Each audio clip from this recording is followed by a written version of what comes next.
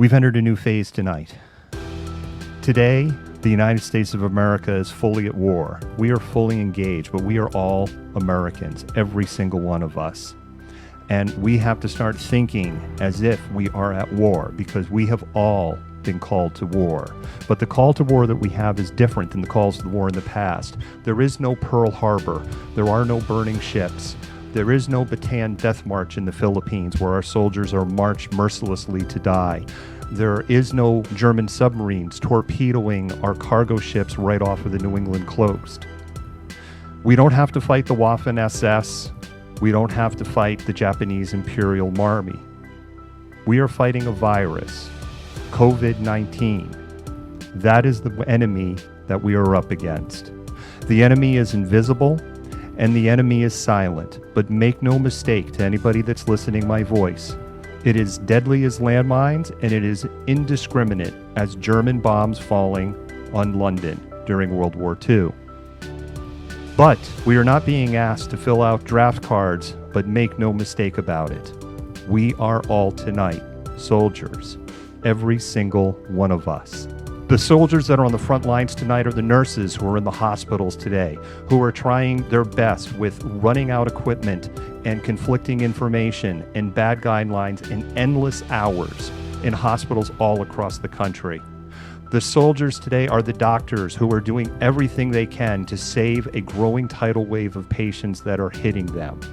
The soldiers today are all of the technicians in the hospital, the phlebotomists, the lab techs, the med techs, the nursing assistants, all of them in the front lines, risking their life because a lot of them are the ones who have the most direct patient contact. They are soldiers. The people that are in the labs doing all of the testings and handling all of the samples to identify who is sick and who is not, they are soldiers. But there are no tanks. There are no armies. The firefighters that are going out on the calls after calls, and in cities like New York, where the system tonight is literally becoming overwhelmed.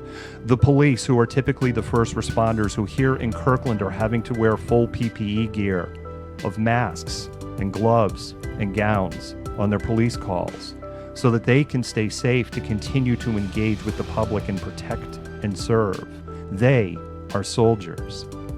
The EMTs and the paramedics, who again, as I called out in New York, are on endless calls in New York City tonight. They are truly on the front lines. If there is anybody that is the ground soldier storming the pillboxes, it is these people. They are soldiers. The 911 dispatchers, who are now getting flooded with calls, they are soldiers. But there are no shiny B-29 bombers flying through the skies. The grocery store clerks, who are unsung heroes in this, who have so much contact with the public, have no gloves, no masks, no shields, are handling product, money, and credit cards. They are even more so soldiers. They are like the soldiers in the Russian army who were equipped with no weapons and were told to just charge in human waves and find a gun. Yes, that is you, store clerks. You are soldiers. The people that are stocking the shelves and cleaning the stores, you are soldiers. You are the ones that are dealing with the public going, how come there is no toilet paper? And having to have those close interactions and then clean everything. You are soldiers. The pharmacists and the people that are working in the stores and dealing with the public that are coming in and their questions and their fears, you are soldiers. The chefs who are working to fulfill all of those takeout orders, elbows to shoulders, you are soldiers. But there are no aircraft carriers, and there are no planes flying off of those carriers. To the truck drivers, you are soldiers. You are making sure that the products in our supply chain so that our stores don't run out of critical things are still in place. Yes, truck drivers, you are soldiers. To the warehouse logistics people, the people that are making sure that the machines, once these trucks get to either where they're going or coming from, make sure that the products get to where they most are needed. Yes, you are soldiers. To the warehouse workers, to the people in the Amazon warehouses and the Walmart warehouses and the distribution centers across the United States, fulfilling orders as fast as you can. Yes, you better believe it. You are soldiers. To the delivery drivers who are going out, handling all of those packages, having the interactions, whether you are the U.S. Postal Service, or whether you are UPS, or FedEx, or DHL, or OnTrack, or you're an Amazon contractor. Yes, you are a soldier. But there are no generals giving briefings and handing out medals. To the Uber and the Lyft and the taxi drivers who are having people get into their cars even now with no idea if that person is sick. Yes, you are a soldier. To the bus drivers and the metro drivers that we have today, you are soldiers. To the subway and the train operators across the United States and everybody that keeps public transit running, you are soldiers because you are keeping things moving. To the flight attendants who are in airplanes who are having to deal with the insanity like a fist fight that broke out because a passenger dropped the N-word on a flight a couple of nights ago. And again, you have no idea if the passengers that are on those planes are sick or not. And you're having to deal with passengers who are willingly getting onto planes right now knowing they are sick. You flight attendants are soldiers. But there are no helicopter medevacs waiting for you if you get sick.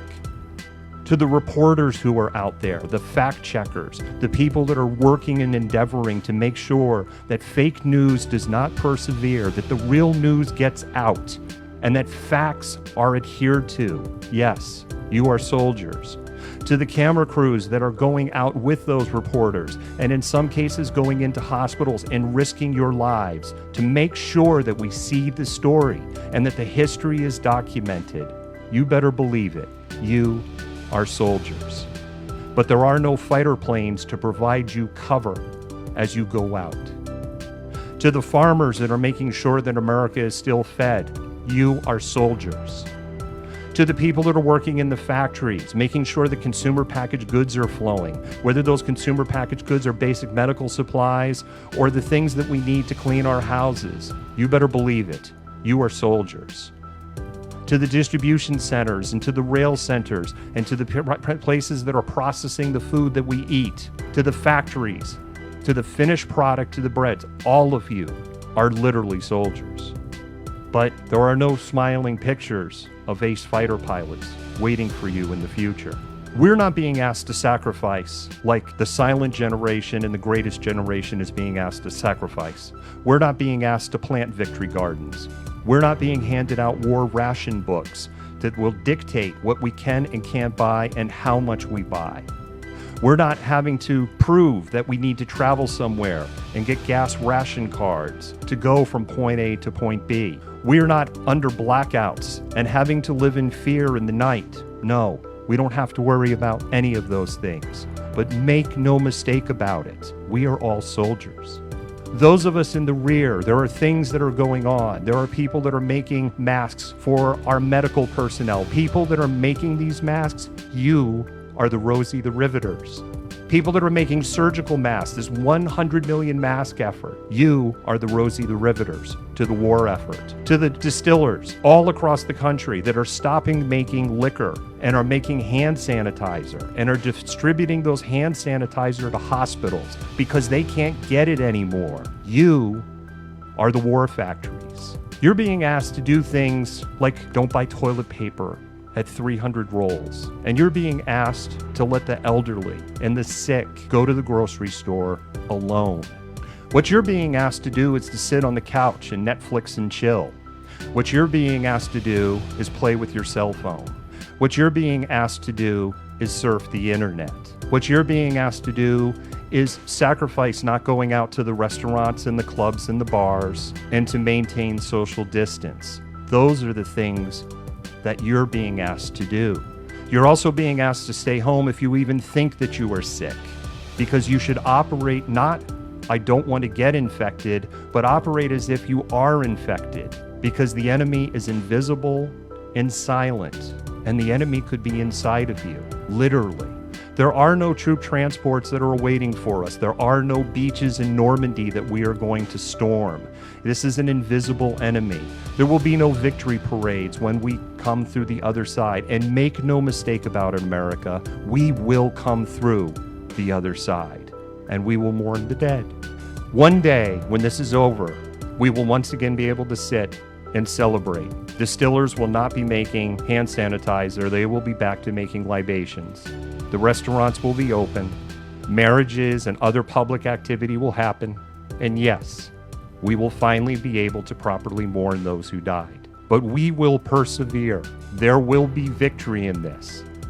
And if we all do this together, then this great nation will come out stronger on the other side. We are being called upon for a challenge today, unlike this nation has ever seen. We are all soldiers, and it's time that we start all behaving like it.